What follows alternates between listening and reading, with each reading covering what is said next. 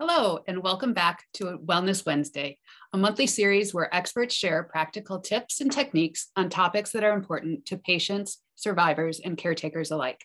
I'm Erin Kuhn-Krieger with Ralph Pancreatic Cancer Foundation, and I'm so excited to be back today moderating this special Lunch and Learn session where we'll be talking to registered nurse and health coach Lisa Trogdon about finding calm and joy in today's chaotic world. So first, let's talk joy and let's talk gratitude. I want to start off by thanking everybody for your support of last month's Dash for Detection. It was so great to see so many members of our community at Montrose Harbor and to be able to see so many more of you through your posts that you shared across the social platforms. Together, we raised more than $270,000. How incredible is that? But you didn't stop there. Our Young Professionals Board took it to the lakefront again for yoga in the park. And so we want to say thanks to the YPB and everybody who participated in that fun event as well. And let's keep the events going. Our fall gala is going to be returning for the first time in a few years to on November 11th, Friday night, Lights of Hope. Our team is working hard on all of the details, but what I can share with you is that Chicago's famed Gold Coast All-Stars will be performing. So save the date, get those dancing shoes ready, and keep an eye out on all of our social channels for more details as the days come closer. A few housekeeping items. You could ask questions throughout the session in the comment section below, or you could always email us at info@ralphfoundation.org. And we'll be saving all the questions until the end to make sure that we can get to everybody. Lisa Trogdon is a registered nurse who worked for 35 years in an emergency department setting. She received her MSN in nursing education in 2015 and her health coaching certification from the American Council on Exercise in 2018. As a registered nurse and a health coach, she helps people with chronic illness manage their health through a compassionate self-care framework that takes a holistic approach of well-being. Lisa also lives with chronic illness and has found ways to thrive in spite of it. Welcome, Lisa. We're so glad to have you back again. Hello. I'm glad to be here. Thank you for having me. I appreciate it so much. Of course. I will go ahead then and get started. I'm going to share my screen.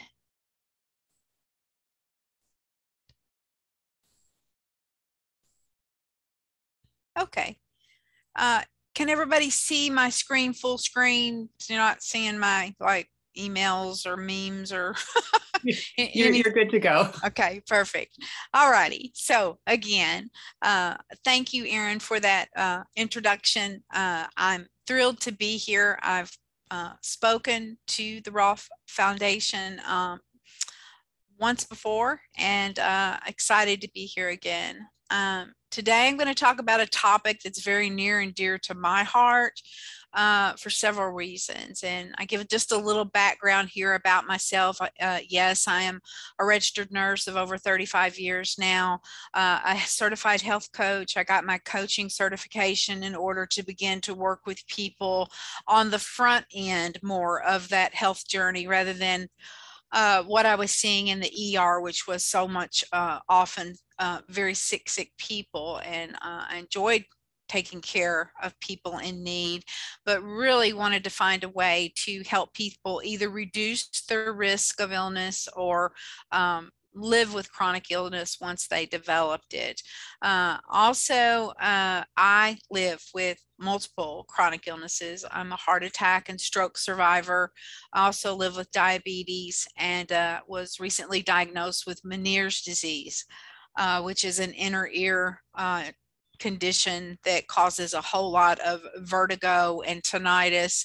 And unfortunately, although I appear healthy, happy, and whole, have been told I can't drive a car again. So although that may sound simplistic, it was really a grieving process for me, that sense of independence and trying to find a way to deal with that big change in my life where I couldn't come and go as I pleased on my own anymore, really caused me to develop more and more programs about helping people really strike a balance, because there are things we can control in a sense. I don't like the word control.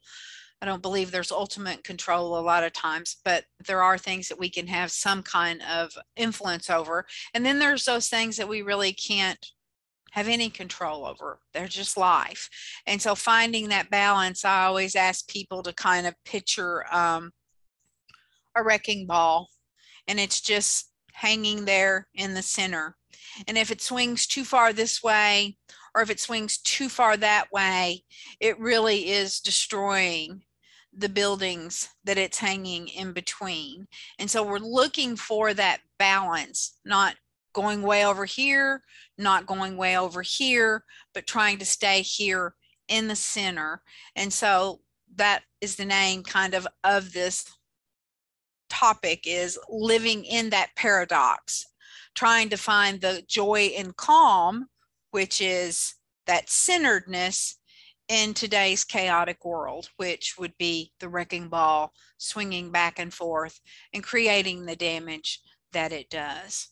So let's go ahead and get started. Now, why does it not want? Bear with me. There we go. Whoops. Well, that went too. All right, so today's agenda, just real brief. First of all, just give an introduction about the topic overall. I've kind of already laid a foundation, but talk a little bit more about it. Number two, we're going to talk about the name it to tame it. It's a kind of a coping strategy that I think is helpful when we're trying to find a way to stay in that balanced place. Thirdly, safely growing your social bubble. You know, we've all kind of been in this constrained, boxed in COVID demand of restrictions. And now then slowly we're starting to kind of like the grizzly bears come out of our hibernation back out into the world. And that's kind of scary. It's kind of a change. Change is not always fun, you know. In some senses, we're like, woohoo, or we can get out. And on the other hand, we're kind of like, but should I? So we're going to talk about safely growing that bubble. And then fourth of all, again, kind of pulling it all together, living in that paradox and finding balance.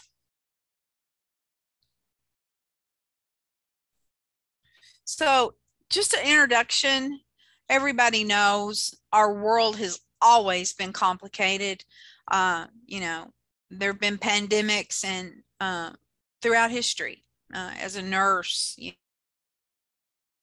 many of the health issues that have raged through the world over the millennium, and always been poverty, always been health issues, always been all kinds of problems. It's complicated. Life is not simple.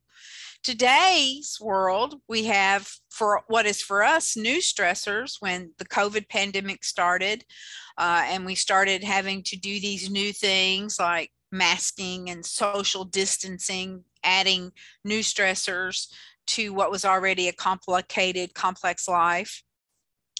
24/7 news cycles has added its own form of stress to life. Increased gun violence, and I know that this rings very true to the people in your area. I try to remain very trauma informed and try to not, dwell or focus on topics that are traumatic, and yet also feel obligated to acknowledge the stress and the concern and my compassion for you, for what you've been through during this period of time, and not only in your area, but in areas all over our country. And then, of course, the social unrest that all of this, I feel like, is kind of compressed down into a lot of social unrest, and also has blossomed out into a lot of demands for social justice, which I could not be more for. than anything than social equality and social justice, and finding ways for us to live together in peace and in that balanced place. You take all of those stressors, the complex, complicated world that it has always been, the so-called, I guess you could call them the 2019 through now new stressors that have come along and increased, and add to those the fact that you or your loved one is going through treatment for an illness, and that takes the stress to a whole new level. So it's just almost like a stair steps, you know, you're going up, up, up, up, and the stress obviously is going to happen. It's going to happen. But what we want to talk about today is some ways that we can really get a hold on it and try to make things work for our good and for the good of others. So this name it to tame it, this is a little bit, I have my own technique that's kind of similar that's called BAM. It's an acronym that I give my clients for them when they're in stressful situations, to breathe, to acknowledge whatever it is they're feeling, and then do a mindset shift, which actually this is very similar to this. This is a coping technique that was developed by Dr. Daniel Siegel. He's a psychiatrist, a writer, and a professor, and the founding co-director of the Mindful Awareness Research Center at UCLA. When I got to looking into some information and research about him, I was thrilled to find mindfulness is a lot of what he teaches. And I put a note here to you, to me, to remember that all coping mechanisms, all the ways that we deal with the stresses in life, which is what a coping mechanism is, are elevated or complemented by mindfulness. And many, many, many times we live mindlessly. You know, that's that driving to work and wondering, did I go through that stoplight? I don't even remember it. It's like, because we're on autopilot. Our culture cultivates a lot of mindlessness in our lives. Unfortunately, many of us are never taught positive coping mechanisms that help us to stay mindful. But to me, mindfulness is such a key, is because if you're mindful that you're coming under stress and pressure, how are you going to begin to cope with it? It's going to be very, very difficult. Instead, you're just going to continue plunging on, plodding forward, and it's going to be really difficult for you to find that fork in the road where you stop for that brief moments, feel that mindfulness, and then try to make some decisions based on whatever it is that's going on. And we'll go through that step by step. But again, to me, the foundation of all coping mechanisms and all stress release goes back to mindfulness and staying mindful. And you might say to yourself, well, okay, so you want me to be mindful. How do I do that? Well, one thing we need to do is recognize where our stress lives. Most of us have physical sensations in our body that the body uses to tell us that we're becoming stressed, that we're getting pressured, that too much is going on, that we're overwhelmed. And those places can vary from person to person. I can tell you, for me personally, it's between my shoulder blades. When I start to get overly stressed, overwhelmed, too much going on, I start to have just a dull pressure-like pain right straight between my shoulder blades.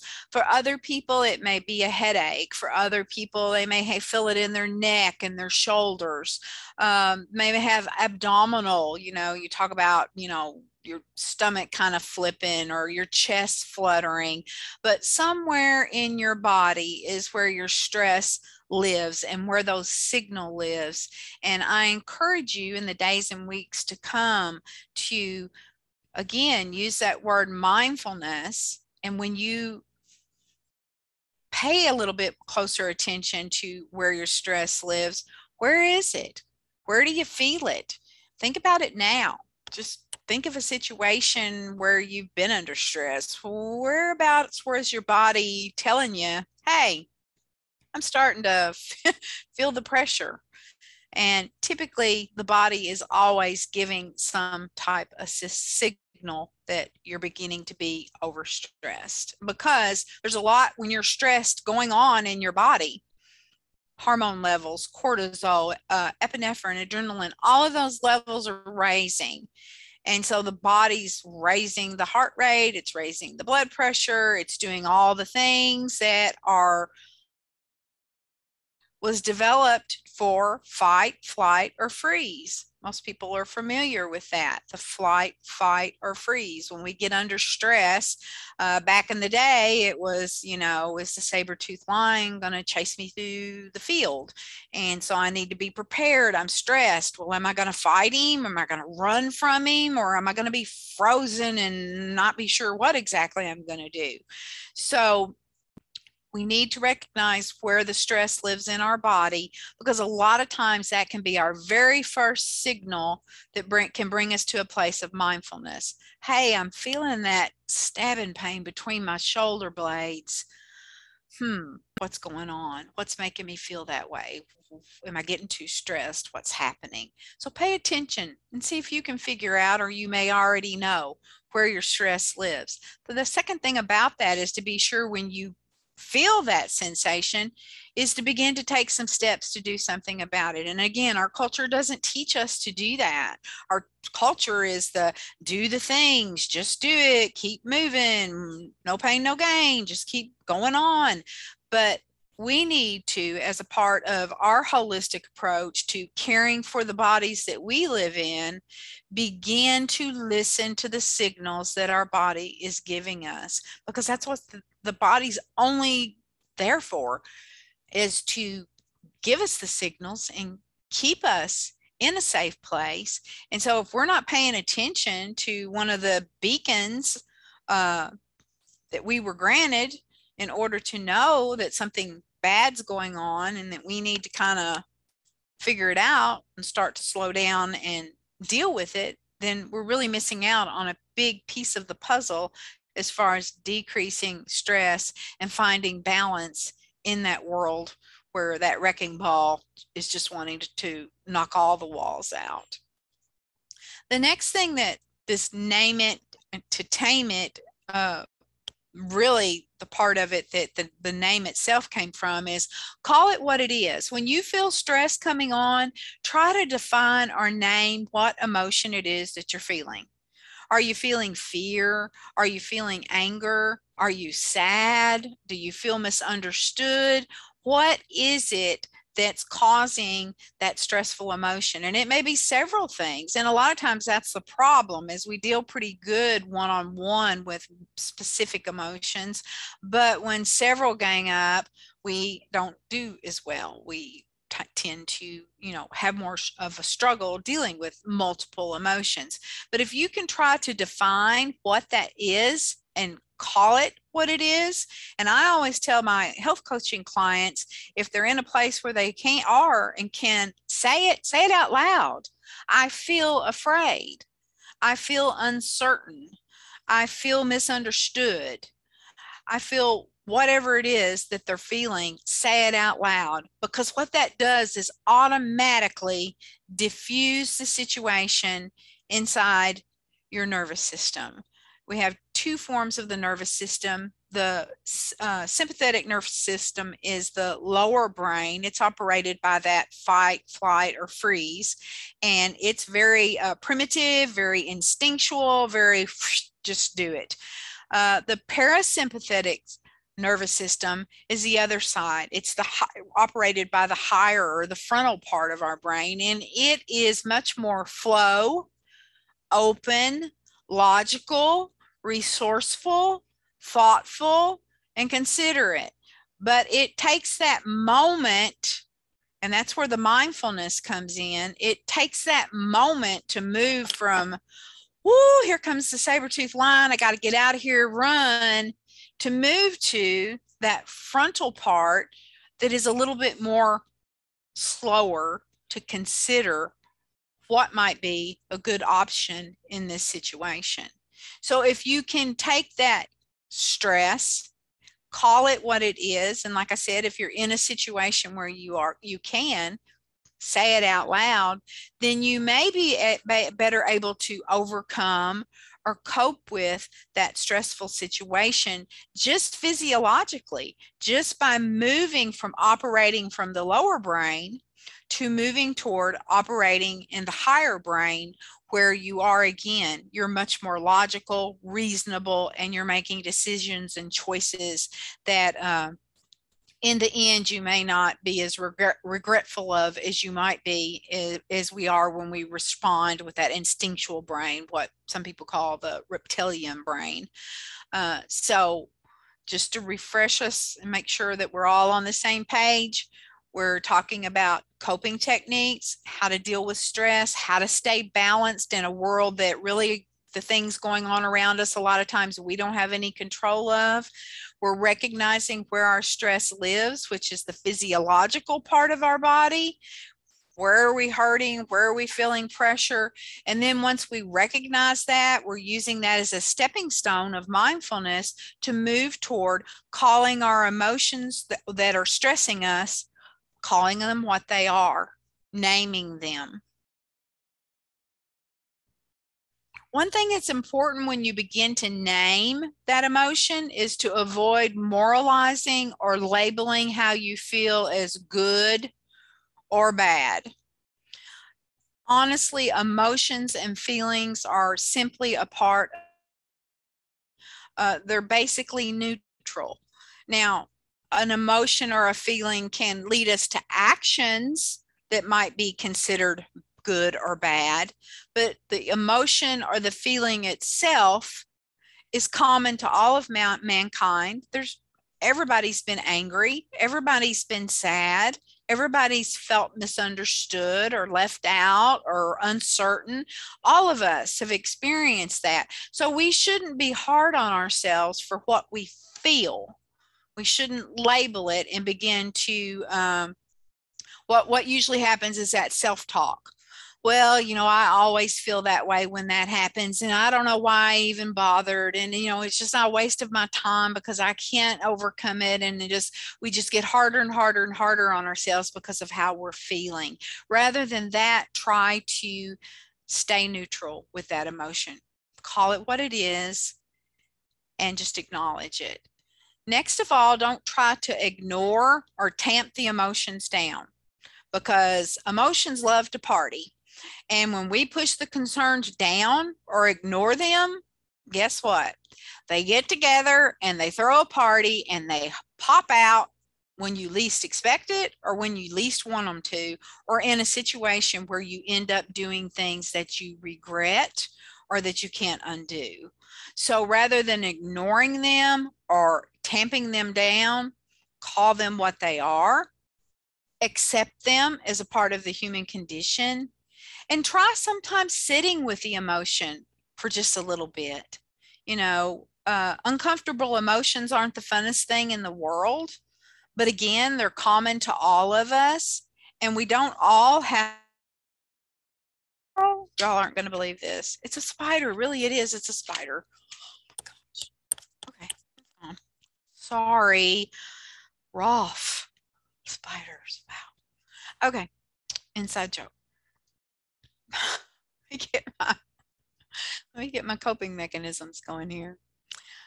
So again, try sitting with that emotion again, trying just to feel it and recognizing and acknowledging that it is just a part of being a human being.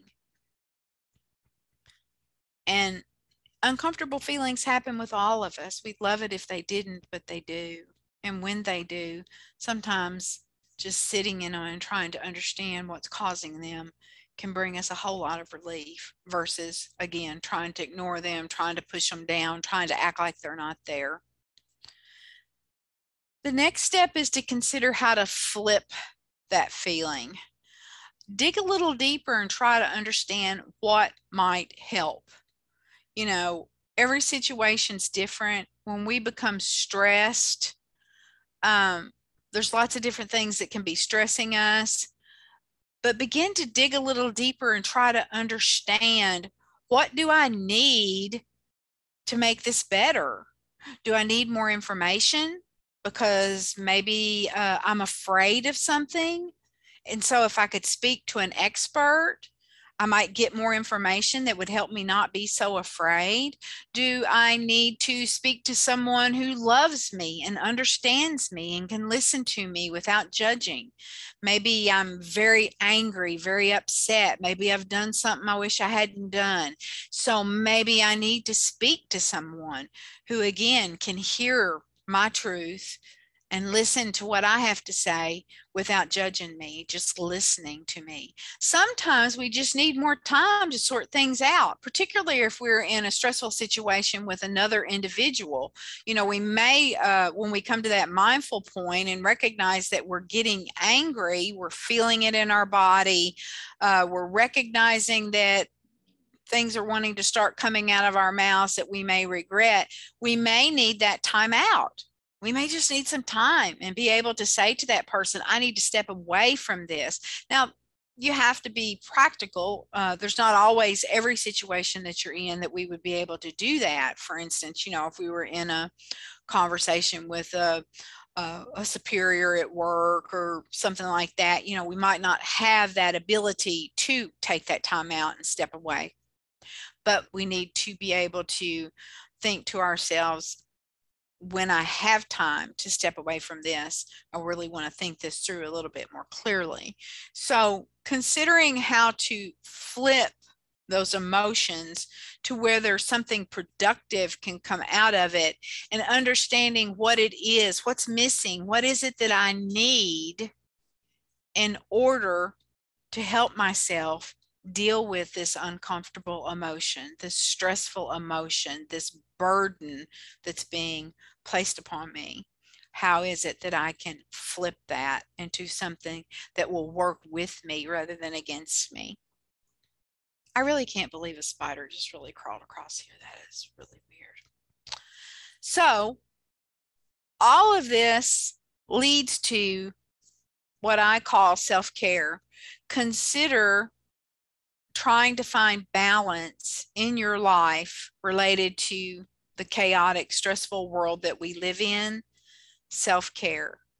Now, and I constantly go back to our culture because I have a soapbox with our culture. It doesn't really teach us these things. You know, I'm 62 years old, and I don't think I even knew what self-care meant until a few years ago. And even then, I thought it was like massages and getting your nails done. And it may be for you. Self-care may be what makes you feel like you're taking good care of yourself. But million and one other things that help us take good care of ourselves. And one of those is learning to cope, to develop strategies to cope with stressful situations, so that, again, we can be empowered by the stressful situation happens and we deal with it in a positive way, is empowering versus allowing that negative situation to just really burden us and mire us down and make it to where it's really impossible for us to move one way or another because we're so mired down in it. So that's all I really have to say about dealing with stress itself in this chaotic world. But another piece, we had the mindfulness part where we actually feel where we are stressed out in our body. We make that word, this is how I'm feeling, and then we begin to search for ways to get what we need in order to make it work out for our best, the best it can. Now, in those situations, remember, nothing around us may change at all. Nothing. I tell my clients all the time with chronic illness and myself all the time, I can never drive a car again, ever. That's not going to change. I can't control that. But what I can do is change my response to that. And over the past months and year, I've worked really hard to learn how to do that. And some days I do good with it, and some days not so good. We'll talk more about that in just a second. But again, recognizing that all of the things I just said may change nothing externally, but it changes us. Another thing that we can talk about during this stressful time is we've been in these very constricted kind of box-like bubbles because of COVID, because of, social distancing, masking, fear of spreading the virus, that type of thing. So we can now begin to look at how can I safely grow my social bubble.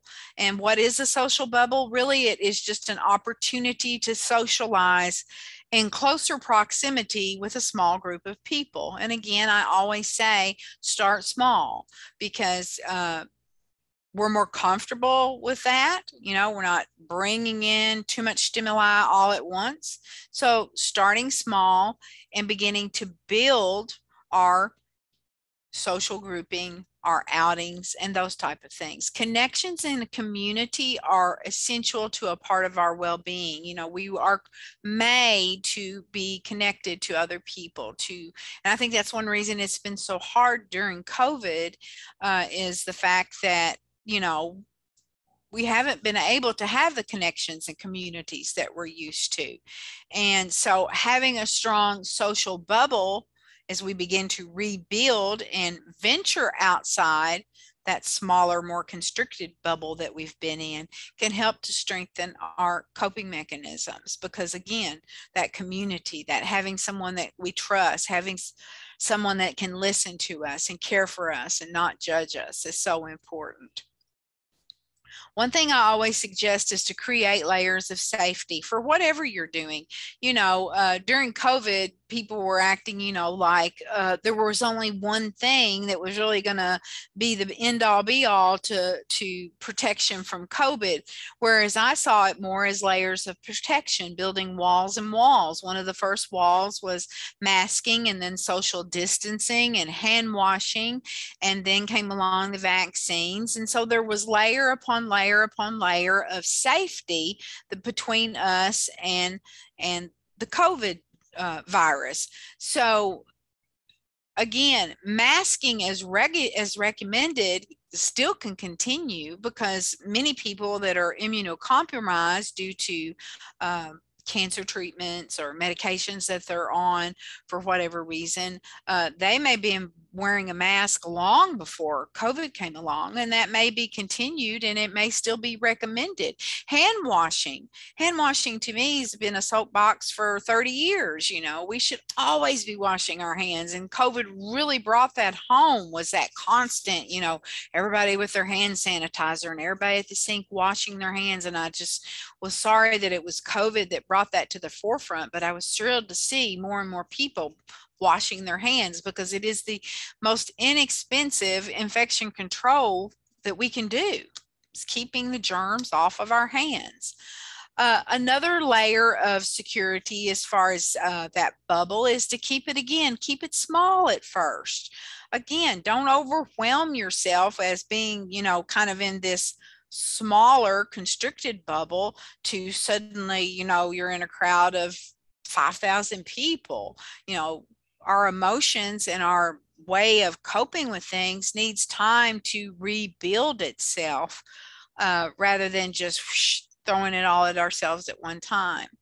It's also important to engage with people with similar goals. Now, that doesn't mean that everybody that we're around has to think and act and talk and believe like we do. I'm not saying that.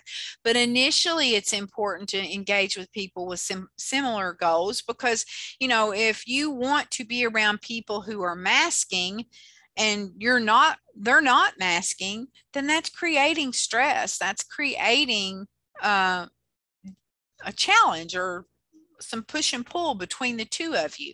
So initially, as you begin to grow your bubble and you begin to move out of that constricted grouping that you've been in, look for people who kind of have similar ideas that to you as far as how to move forward. And lastly, I always encourage everyone to listen to their gut. You know, all of us have had that feeling in the pit of our stomach that something just wasn't right, or something just needed to be different. It's not something really that can be defined. That's why I put it in quotations. But I think everybody, when you say it, knows what I mean. If you don't feel like doing it, it just doesn't feel right, then just don't do it. It may turn out that it didn't mean a thing, but sometimes we look back and see that what we were feeling in our so-called gut was a signal. It was a sign. It was something that was indicative that we didn't need to do, or we did need to do something. Getting outdoors is important in growing that bubble, because again, outdoors, you can have more space between people. You're not all crowded like in a conference room or in a clinic or that kind of setting. You can get outside. Nature itself is just so helpful to immune support and to raising endorphin levels and to making us feel better. And so I always advise people, if there's that opportunity to get outside to do whatever you're doing, then take those opportunities when you can.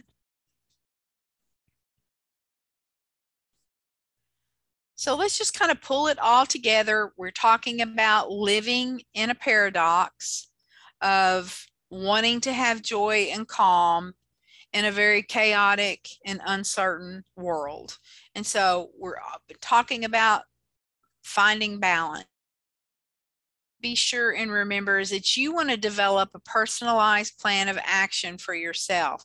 Now, I could take a pen and paper here and write you down 10 things that you should do to make yourself feel more emotionally balanced, less stressed, and, you know, make your things better in your life and hand it to you, and not a one of them work for you, because we're all different. There is no cookie cutter approach. So think about the things that I've talked about, and think about picking one or two or three of them and trying them for yourself and seeing if they work for you. If they don't, then drop them. I keep a set of test tubes on my desk in my office, and that's because I'm a huge believer in experimentation.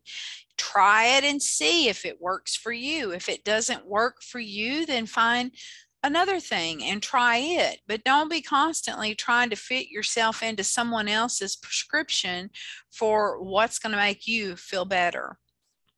Another important piece of finding balance is to consider developing a practice of either journaling, reflection, or meditation. These are such important pieces in these times for helping us understand what's working, what's not working, and how we might do something different next time.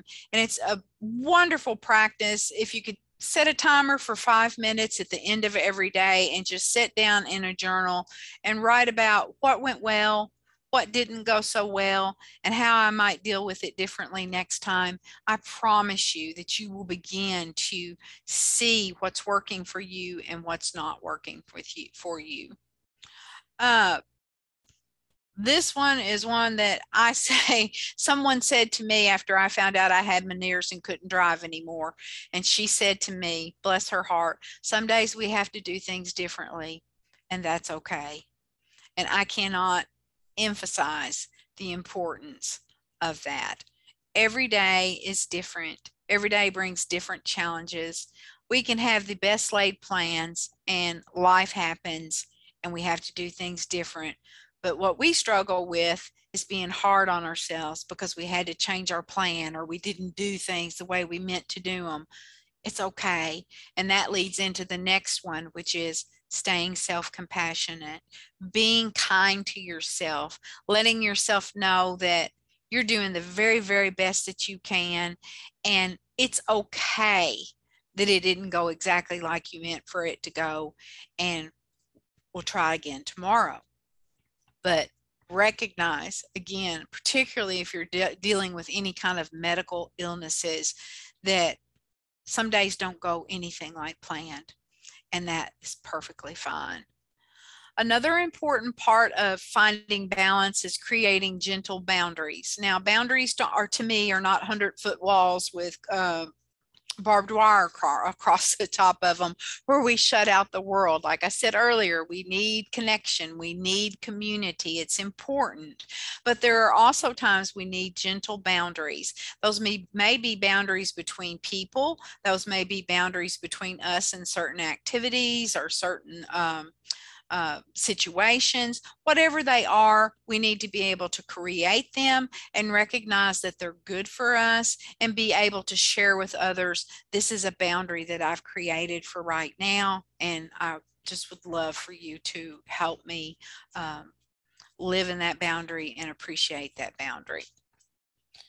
Avoiding comparison syndrome is important when we're trying to find balance, because what we tend to do is compare ourselves to others or compare ourselves to our own past performance. I'm the worst about that.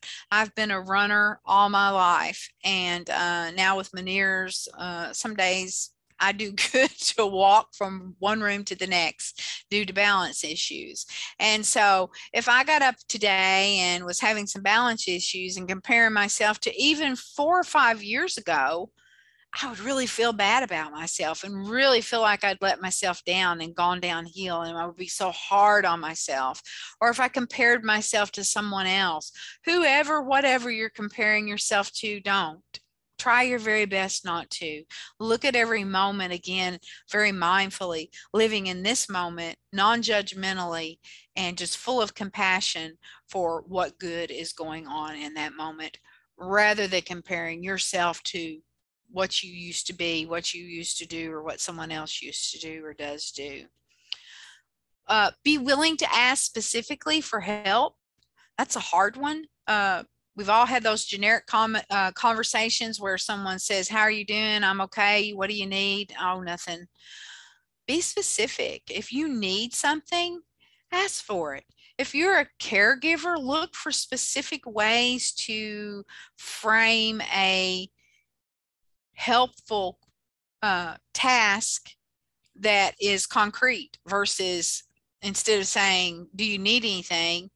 I'm going to Walmart. I remember hearing you say that your prescriptions were ready. I'm going to pick them up for you while I'm there and bring them back to you. Again, putting concreteness to our community, to our circle of help, whether we're the person who's in need of help. You know, I have to ask people for rides to places now because I can't drive. And I don't like to do it. In fact, sometimes I'll just stubbornly stay home and miss out because I don't want to ask for a ride. That hurts me. That's not good for me. And so I'm learning day by day, more and more, to ask specifically for help. Could I catch a ride? Would you mind to take me? Making it fun, you know. My granddaughter, she's just started driving, and now she's grandmama's chauffeur. We laugh about it and have fun. But again, learning to ask for specific help or learning to offer specific help. Let other people know what works for you. Again, if I come in with a game plan that I've got this all figured out and this is the schedule and this is how we're going to do it and blah, blah, blah, blah, blah. If you know there's parts of that that aren't going to work for you, it's going to put you under a whole lot of stress trying to conform to someone else's idea of what's going to make it better for you. Be able to say to them, I don't think that'll work. Let's try something else. And always remember that it's okay to say no. It's always okay to say no. It's hard for us sometimes, but it's always okay. And lastly on this list is just to try to remain flexible.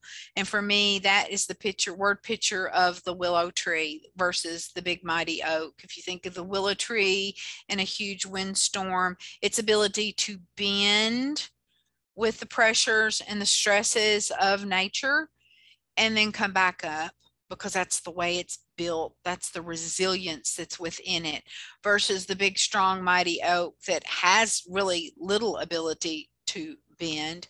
and instead breaks. So try to remain flexible. Again, some days we have to do things different, and that's okay, but try to remain flexible and try to be compassionate on the days that you can't do things exactly the way that you intended to. But try not to get mired up in or spinning your wheels in stress, and instead at least take a step forward and then another step forward in order to find that balance.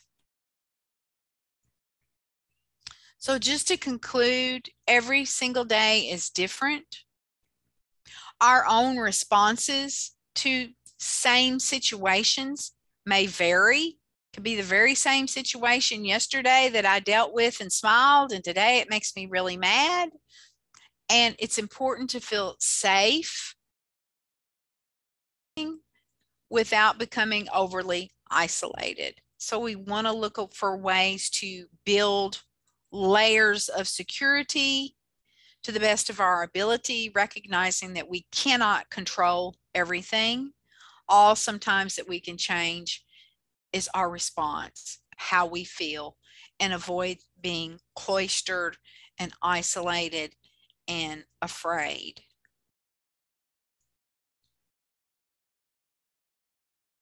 And we'll get to that part. And I'd just like to say thank you for having me. And I'll turn it back over to Erin to see if there's any questions. Thanks, Lisa. So many great questions have come in, and I have to say, just listening to you and your calm and your demeanor has helped really relax. So thank you for that. So as I mentioned, we have questions that have come in, and folks who are out there, if you have additional questions, continue to put them in the chat, send them an email, info@ralphfoundation.org. So let's get started with our first one is, how do you stay connected to what's going on, but not let it consume you? I think that to me goes back to that mindfulness piece. Mindfulness to me is the foundation of it all. You know, if we're becoming overwhelmed and what's going on around us is overwhelming us and we're not mindful of it, it's hard to, again, come to that place in the road where we stop and say, I'm beginning to feel overwhelmed by all of this, and develop a plan of action of how we're going to deal with that. So to me, developing a simple practice of mindfulness and building on that can really, really help us. Again, reflection, meditation, journaling, bringing yourself into situations, doing some things that you really love, exercise, moving your body, getting outside if you're able, again, finding the positive things in life and trying to, again, strike that balance. How about folks who can't bring themselves to do the things that they used to, like whether it's going to a festival, a concert, a restaurant, a gathering of anything? What advice do you have? Well, I think, again, that there is no cookie cutter plan of action for that. And, you know, for me to say, well, just do it is a whole lot like what our culture would tell us to do. Whereas I think I would say, you know, get a pen and paper and dig in. Find out what it is that really is keeping you from doing those things. What is it? What is that wall? What is that barrier? Dig deep. Keep asking why. That's one of my favorite questions for journaling is why, and then you write it out, and then why and why until you get down to the root, and then you can begin to build a little bit of an action plan. Take it the tiniest of steps. That's my motto for my clients is start where you are, start today, and start small. You know, little bitty steps, but you've got to first identify what it is really that is holding you back. You know, you say, well, I'm afraid. Well, then why and what? And just digging deeper and deeper and deeper. And then you're able to take that tiny seed and really maybe develop a one-step plan that I'll do this tomorrow and give that a try. That's great. So I have two questions now that play off of that journaling piece. first, for the folks who are perfectionists when it comes to journaling, every word that goes on the page needs to mean something. What would you recommend for them to get started? I love the idea of putting why, and maybe it's writing why until the why comes.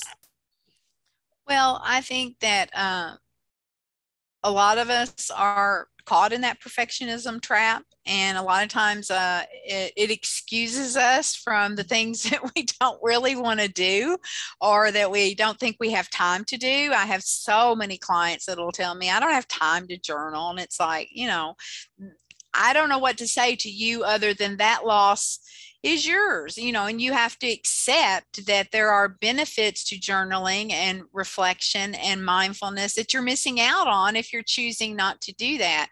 I always tell people, again, with journaling, set a timer for 5 minutes and start writing. And I can promise you, when that timer goes off, something happens. It's a synergy. And once you get past that resistance of writing and that timer goes off, you're going to want to write some more. So don't start saying, I'm going to write 10 pages in my journal every day. Start with, I'm going to write for 5 minutes every morning or 5 minutes every evening. There's nothing better than to close your day with 5 minutes of gratitude in a journal. What a wonderful way to end your day, going to sleep, thinking of the things that you're grateful for, the people in your lives that are good for you, that kind of thing. We can all journal on those kind of things. For sure. And I think too, another way to look at it perhaps is, what is journaling to you? Maybe you're somebody who likes to put pen to paper. Maybe you want to type something out on the computer. Maybe you want to talk into your phone. So of not sticking to, well, I have to have this journal of paper. Exactly. And that would do it. So and that, I myself am an art journalist. I have a big, huge art journal. It's pages, and I write down my life through images and drawing and coloring and tearing things out of magazines that I see that have significance to me, and just keeping, that's my kind of journaling. I do write journal in a journal from time to time, but the biggest part of mine is art journaling. So yes, getting outside of the box, outside of your head, again, forget that cookie cutter thing. Pen and paper is nice. Some people like me have a real journal problem. I've got probably 600 empty journals around here just because I think they're pretty and I don't want to write in them after I get them. So yeah, just do what feels good to you, what feels right for you. And again, if you're doing something and you hate it, dump it. Find something that you like to do. For sure. And realizing that nobody else needs to see that. No.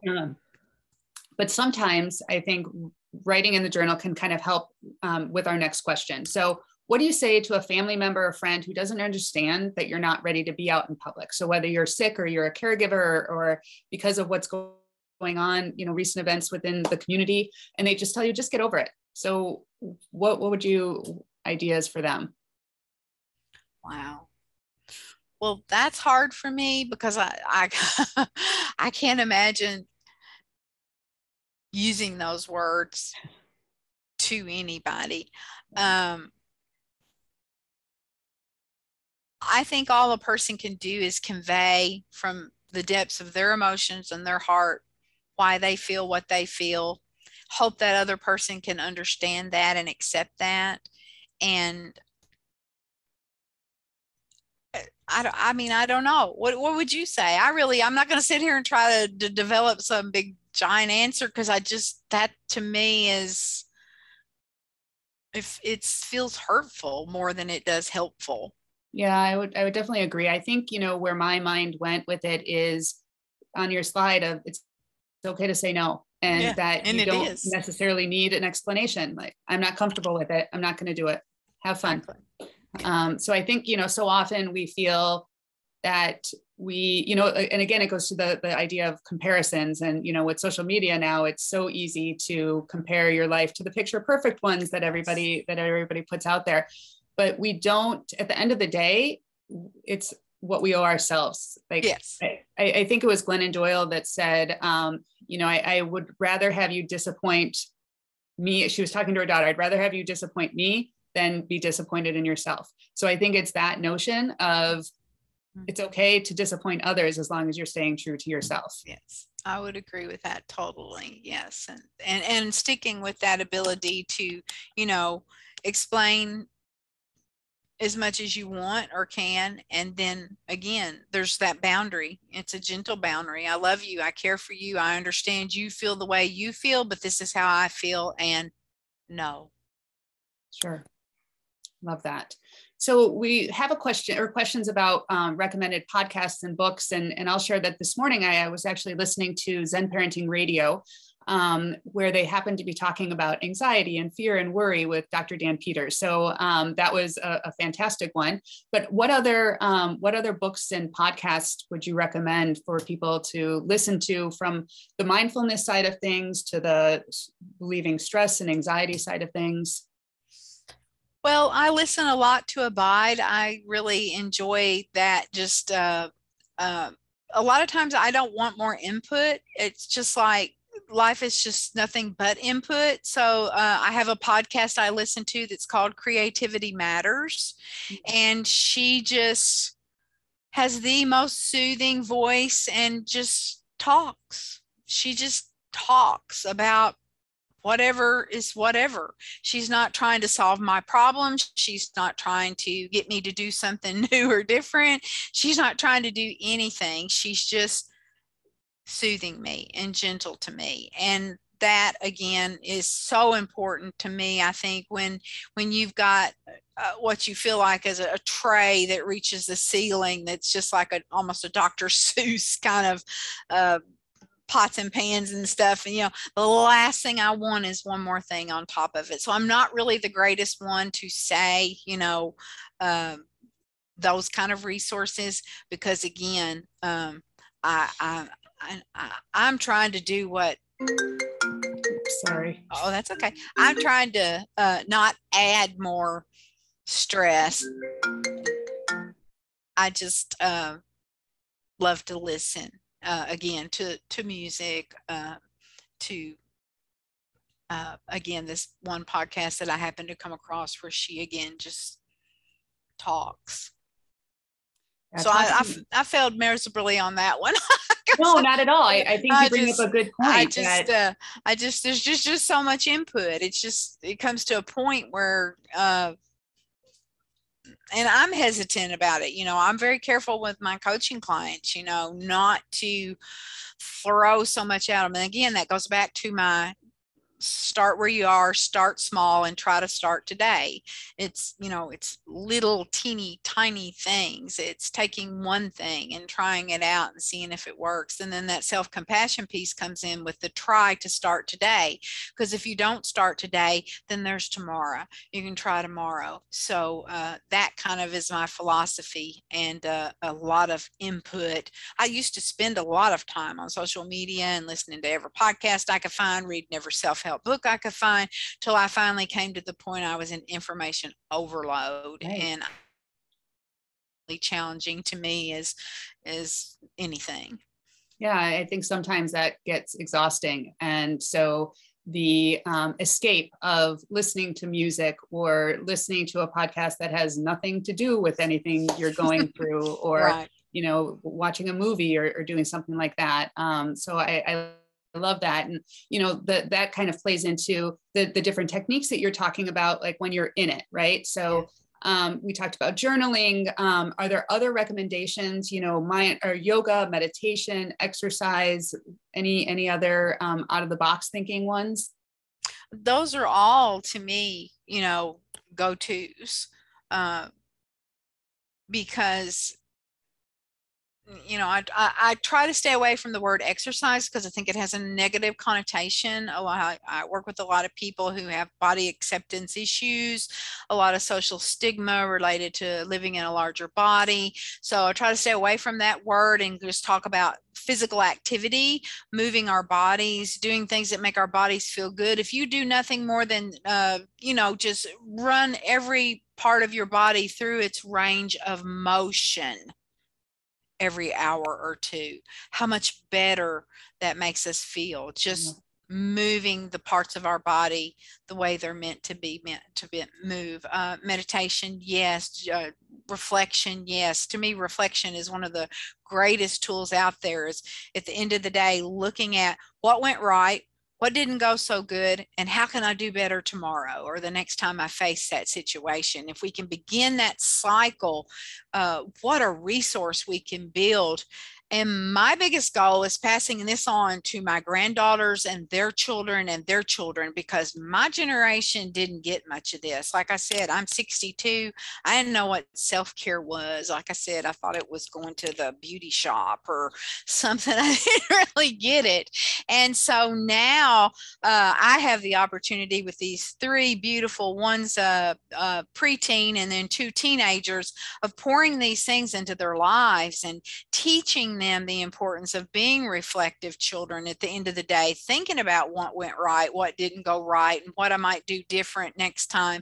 Wow, that's really helping them to develop something they'll carry on into their lives and hopefully teach their children and their children's children, because I believe that in the end is how we begin to change our culture. Because again, I'm a soapbox culture griper, I guess is the word, but I don't feel like I just gripe. I feel like I look for ways to change it. And one of those ways to change it again is to pass it on, is to teach what we bring into our own lives to our children. And maybe for me, it's a little too late. My children are in their 40s, but my granddaughters are just like gardens, just waiting for me to throw the seeds out there. So yeah, and I think it's never too late as long as people are open to it. And I love the idea of reflecting on the day and what's happened and what could be different. And the only thing I'll add to that is then to leave it. I can say I have a PhD in overthinking and worrying. So, like the thought of continuously going, but if you every day you just say, okay, this is what happened. This is what I liked about it. This is what I could do differently. Close that book and move on. Yes. So the Headspace app sends me messages on my phone all the time. And today's said, it's tiring wanting things in the mind to be different than they are. Take a day off. I don't know about you, I'm tired, but what does taking the day off mean to you? I think taking the day off to me is giving myself permission to do whatever I want to do or not want to do. And I can get up with a day full of, now, obviously, if I have clients or something scheduled like that, I'm not going to slip out on them. But on the days that I can, if all I want to do is sit in my jammies on the couch and listen to a book on Audible, then so be it. Whereas used to be, I would have counted that wasted time because I was so caught up in the culture. I mean, as an ER nurse, I always considered myself a hummingbird in a hamster wheel. I was just like, go, go, go, go, go, go. And that's the way I lived my life. I just was looking for the next thing to do, the next problem to solve, the next this, and this. And as I've aged and as all of these chronic illnesses have come into my life, they've slowed me down a whole lot and forced me to make choices that in the past I would have considered wasted time. And in that, I have discovered the beauty of, wow, there is some peace there that I really, really was missing out on. For sure. I love that idea. So we always end our Wellness Wednesday sessions with what are the 3 top takeaways that you want our audience to leave with this afternoon? Well, number 1 is self-compassion. However it goes, whatever happens, always, always, always be kind to yourself. Know that the human condition is stressful and hard. So be good to you. The second piece is the mindful piece, is really working to try to build a foundation of mindfulness, because again, we live such mindless lives at times, and nobody's going to be mindful 24/7. I'm not like looking for monks, or, I mean, if that's what they want to do, that's okay. I'm not judging them. I'm just saying nobody probably is ever going to be mindful, but just to build a place where there's a fork in the road somewhere where you're stopping and thinking, what am I doing here? And how can I make it a little bit better? And then the last one would be just to, I don't know, I don't know, it still goes back to the self-compassion to me. It's just like I could say self-compassion, self-compassion, self-compassion, because I feel like as long as we're still showing ourselves love, we can keep moving forward somehow, some way. Absolutely. Gratitude, gratitude's a big part of that. Gratitude, not only self-compassion for ourselves, and then gratitude for others. Sure. Well, thank you, Lisa. It's always such a delight to talk with you. You Oh, bring thank such you. a calming, warm, loving presence. And I know that I'm not the only one in our community that feels this way. So thanks so much for taking time to Thank share all you. of this today. If you want to learn more about Lisa and her work, you can go to thechronicillnesslounge.com, and it's there in our chat. And we just greatly appreciate you. So thank you. Thank you. Thank everybody. Have a good day. You too. And thanks everyone for joining us and sharing your questions. If you're catching this on the replay, please be sure to write replay in the comments and ask your questions there so that we can get those to Lisa and then make sure to get back to you. And if you didn't know already, you can listen to all past Wellness Wednesday episodes on a podcast. Simply search Wellness Wednesday or Ralph Foundation on Apple Podcasts, Spotify, or wherever you get your podcasts. And please join us next month when we'll welcome back Dina Goldberg of Dina DNA to talk about the importance of understanding your genetics. More details will be coming out soon, so please be sure to keep an eye on our social channels to find those out. And always, if you have ideas for future episodes of Wellness Wednesday, please send those ideas to us at info@ralphfoundation.org. Don't forget to put the date on the calendar, November 11th, Friday Night Lights of Hope. And on behalf of everyone at Ralph Pancreatic Cancer Foundation, thank you so much for joining us. Until next time, we hope you stay healthy and take good care. Bye-bye.